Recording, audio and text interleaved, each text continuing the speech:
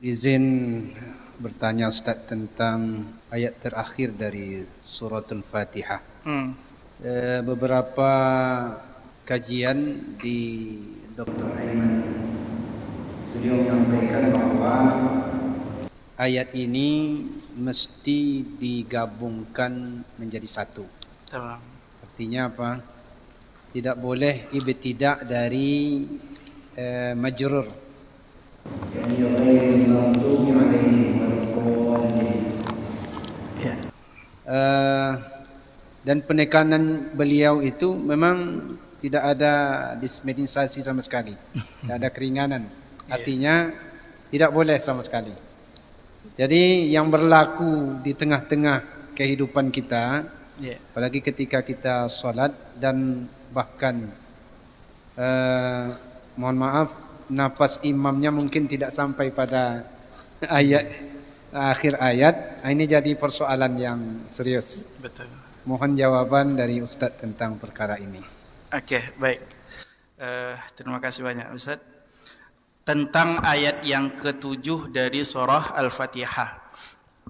Sebenarnya awal ini, permasalahan di ayat yang ketujuh ini berawal dari yang pertama, yaitu tentang basmalah itu satu ayat atau tidak dari Al-Fatihah. Awal permasalahannya kan di situ. Kalau Imam Syafi'i dia berpendapat bahwasanya basmalah itu satu ayat dari Al-Fatihah. Sedangkan ada imamnya yang lain, mohon maaf saya lupa, itu menganggap basmalah bukan dari satu ayat dari Al-Fatihah. Tapi Al-Fatihah itu salah satu namanya adalah Sab'ul Mathani, yaitu 7 ayat yang diulang-ulang. Ya, 7 ayat yang diulang-ulang. Maka kalau seumpamanya basmalah itu dianggap tidak satu ayat dari Al-Fatihah, maka dia menjadi 6 ayat, maka tak sesuai dengan namanya. Nah, makalah di situ permasalahannya terjadi, bahwasanya ayat pertamanya adalah Alhamdulillah, sehingga ayat ke-6-nya nanti adalah Siratal ladzina an'amta alaihim. Itu ayat yang ke-6-nya yang berpendapat basmalah bukan satu ayat dari Al-Fatihah. Kemudian ayat yang ke-7-nya ghairil maghdubi alaihim waladdallin amin. Baik.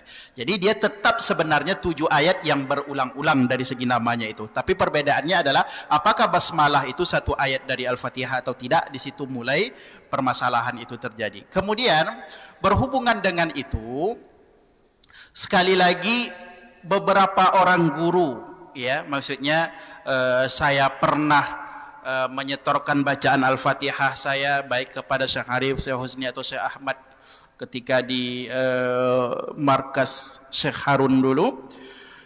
Tidak ada maksudnya yang menyampaikan dia wajib harus tidak, ya, mesti harus tidak. Makanya mohon maaf, mushaf yang dia cetakkan Indonesia itu di kalimat an'amta alaihim itu ada waqaf lam, ya, waqaf lam. Maka fahami sekali lagi, mushaf Indonesia itu cetakannya tidak mengikut kepada cetakan Timur Tengah. Oke, akan tetapi cetakan Quran Indonesia itu mengikut kepada cetakan India. Maka Syekh Husni pernah menjawab tentang lam yang kalau melihat kepada Quran cetakan India, maka maksud lam di situ tidak selamanya la waqafun alaih. Tidak selamanya bermakna dengan makna jangan berhenti di situ. Tidak semuanya bermakna waqaf qabih di situ. Itu dia. Maka tentang hal itu mungkin satu syekh seperti Syekh Aiman beliau mengharuskan, ya, mengharuskan. Karena apa? Karena di sini dia, ya, dari segi makna, dari segi lafaz dia masih sangat berhubungan. Oke, tapi sebenarnya pembahasan ini sempat viral di sosial media dan banyak para masyayikh yang berkomentar akan hal itu. Maka kalau kita lihat kesimpulannya, ya, hal-hal yang boleh saja, ya, hal-hal yang boleh saja. Tapi ada mungkin jalan keluar, ya, untuk khuruj minal khilaf. Salah satunya adalah siratal ladzina an'amta alaihim ghairil maghdubi alaihim. Waqaf di alaihim yang kedua. Waqaf di alaihim yang kedua. Maka ini istilahnya keluar dari khilaf. Ya, keluar dari khilaf. Maka sekali lagi, siratal ladzina an'amta alaihim ghairil maghdubi alaihim. Rasanya sampai di situ itu bisa, karena sekali lagi nggak ada mad jaiz, nggak ada. Yang sulit itu kan di waladhdallnya saja dengan linnya, ya kan? Gitu kira-kira. Jadi kesimpulan dari saya, Ustadz, ya, mungkin dari seorang guru, salah satu guru, beliau menyampaikan bahwasanya harus, ya mungkin karena beliau belajar ke gurunya dengan hal yang seperti itu. Tapi mungkin di kesempatan lain, ya saya belajar pula dengan yang lain, contohnya boleh-boleh saja wakaf di situ gitu. Ya. Tapi ahsannya kalau saya memilih dan saya praktekkan, saya selesaikan sampai akhir.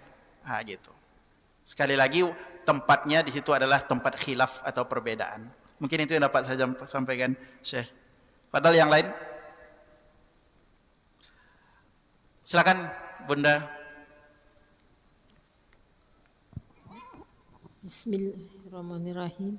Assalamualaikum warahmatullahi wabarakatuh. Waalaikumsalam warahmatullahi wabarakatuh. Saya ingin bertanya Ustadz tentang bacaan alif berbaris atas dengan hamzah berbaris atas, itu perbedaannya bagaimana bacaannya Ustadz? Alif berbaris atas dengan hamzah berbaris atas. Kalau saya tanya ke Bunda, alif berbaris atas, kira-kira bacanya jadi apa? Jadi A. Maka dia tidak alif lagi. Ya, tidak alif lagi. Maka kesimpulan yang dapat saya sampaikan, mudah-mudahan mudah difahami, alif itu tidak pernah berharokat, Bunda. Harokat itu kan 3, fathah, kasrah, dhammah. Alif itu kosong dari harokat yang 3 ini. Kalau alif diberi harokat, otomatis dia berubah menjadi hamzah. Itu aja. Ya, makanya kalau kita belajar itu tentang mat, contohnya alif mati sebelumnya baris atas, maka alif mati. Jadi alif itu selamanya mati. Maka kalau ditanya harokat itu ada berapa Ustadz? Harokat itu cuma 3. Jadi sukun itu bukan harokat. Ya, sukun itu bukan harokat. Jadi alif itu selamanya sukun. Kalau alif diberi harokat, maka otomatis dia berubah menjadi hamzah. Itu mungkin bisa difahami, Bunda.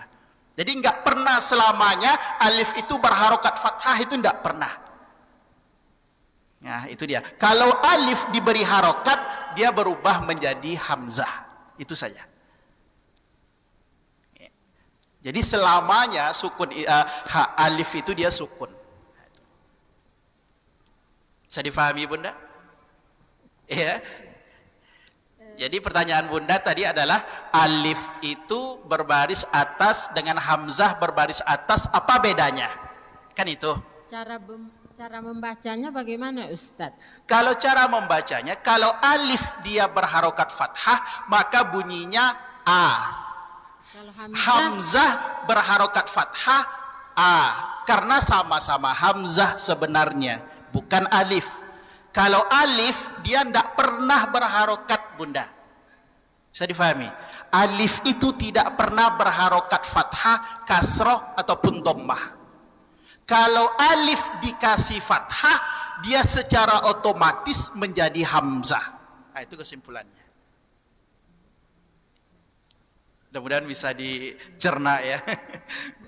Ya, kena polemik antara alif dan hamzah ini sampai sekarang yang tak selesai-selesai.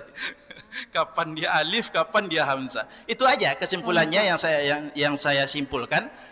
Alif itu tidak pernah berharokat. Kalau alif berharokat, maka dia berubah menjadi hamzah. Itu saja. Mungkin yang dapat saya sampaikan. Terima kasih Ustaz. Sama-sama. Walaupun nampaknya belum puas dengan jawabannya, nanti bisa dicerna lagi, Bunda.